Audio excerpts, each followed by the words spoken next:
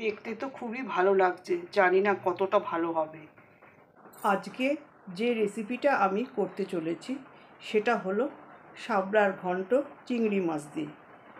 তো জীবনের এই প্রথম শাপলা রান্না করছি, জানি না কেমন হবে, ভুল ত্রুটি হলে আমাকে ক্ষমা করে দেবেন। আজকে শাপলা রান্নাটা কিভাবে করি।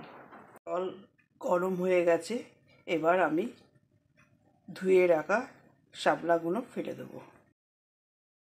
আমি ঢেলে ফেলেছি, দেখো কতটা কালো কষ বেরিয়েছে। এটা আমি ফেলে দেবো। কড়ায় সর্ষের তেল আমি দিয়ে দিয়েছি। ফোড়নে আমি জিরে আর কালো জিরে ফোড়ন দিলাম। যেহেতু এটা শাপলা সেহেতু একটু জিরে ফোড়ন দিতেই হবে। ফোড়নে খুব সুন্দর গন্ধ এসেছে, এবার আমি পেঁয়াজ আর টমেটোটা ভেজে ফেলবো। যতক্ষণ না ব্রাউন কালার আসে ততক্ষণ এটা আমি ভাজবো। ততক্ষণে একটা আমি পেস্ট করব। সর্ষে নিয়েছি দু রকমের, সাদা সর্ষে আর কালো সর্ষে। এটা আমি পেস্ট করে নেব। আমার সর্ষে পেস্ট হয়ে গেছে। আমি একটু শুকনো ঝাল লঙ্কা আর কাশ্মীরি লঙ্কা আমি নিয়ে নিয়েছি।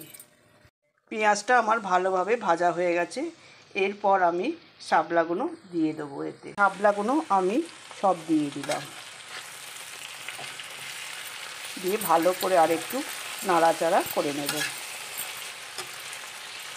ভালো করে আমি নাড়াচাড়া করে নিয়েছি, আর একটু আমি ভাজতে দেবো। এই মশলাটা আমি দিয়ে দেবো একটু, দিয়ে ভালো করে আর একবার নাড়াচাড়া করে নিচ্ছি। নুন দেব,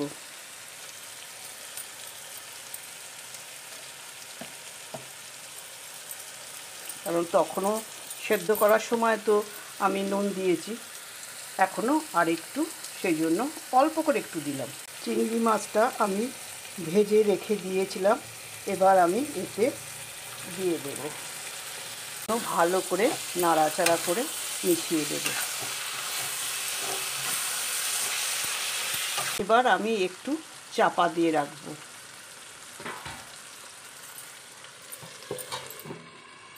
এবার আমি ঢাকাটা খুলে ফেলব।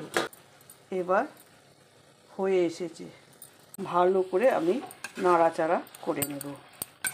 আমার চিংড়ি শাপলাটা একদম তৈরি হয়ে গেছে।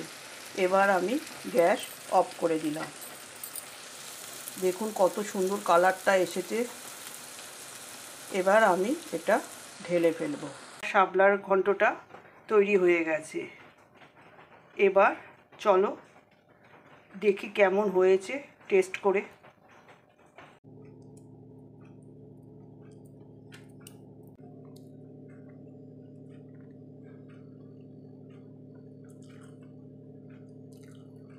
দারুণ হয়েছে, দারুণ।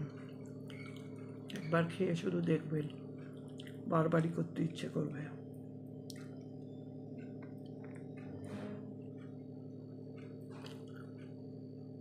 দারুণ। বাই বাই বন্ধুরা।